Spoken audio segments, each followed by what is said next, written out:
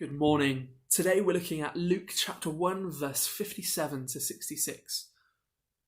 And we see the birth of Jesus in this, the birth of John the Baptist in this passage. And what I think is so interesting is how Zechariah is still, he's still not able to speak. And he has to draw the name of John on a tablet. It's almost something that is quite Old Testament that has been put in the New Testament, isn't it? It's similar to Saul's conversion as well. There are certain passages in the New Testament that just stick out because they're slightly bit more extreme and almost Old Testament. And another one is Acts 5, Ananias and Sapphira. Ananias and Sapphira pledged to sell their house and give all of their money to the church, but they kept some of it back. And God punished them, and they both died on the spot.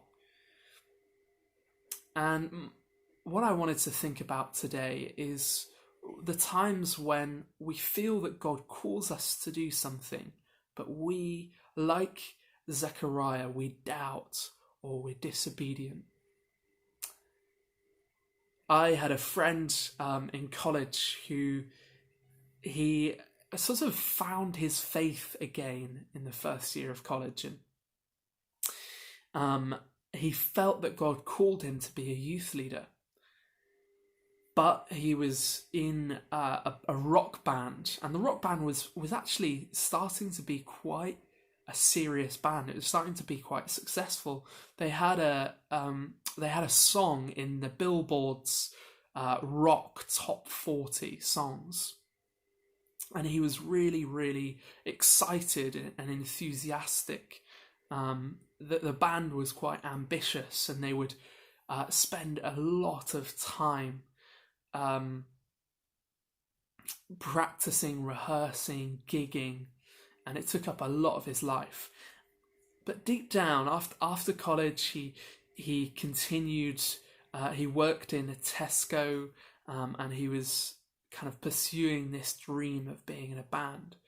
But deep down, what was eating away at him is he knew that God was calling him to be a youth leader, and he sensed that calling was now as well. And I remember meeting up with him in a Costa coffee shop, and it was almost just prophetic. I said to him, Brad, what does God have to do to get your attention? What does he have to do to get you to be obedient to him? Does he have to take your voice? Is that what it is? You know, he did that with Zechariah, as we can see here. And Brad kind of was just like, come on, it's going to be fine. I think logically he'll see if the band goes well, and maybe afterwards he'll do some youth work. But about 2 or 3 months later, this lad lost his voice. He was able to speak, but he wasn't able to sing. He went to the doctor.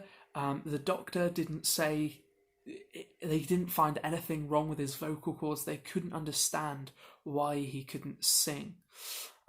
And it was I think it was around 6 months that he wasn't able to sing.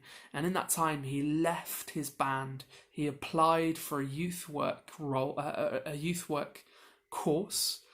He started the youth work course. His voice came back, and he started to worship lead. These things happen today. I don't mean to scare you, but actually God is a God who is all powerful. He is mighty, and sometimes when we really, really resist him, he will use his power to get us back, because he loves us and he really wants to be in relationship with us. Bless you. See you tomorrow. Bye.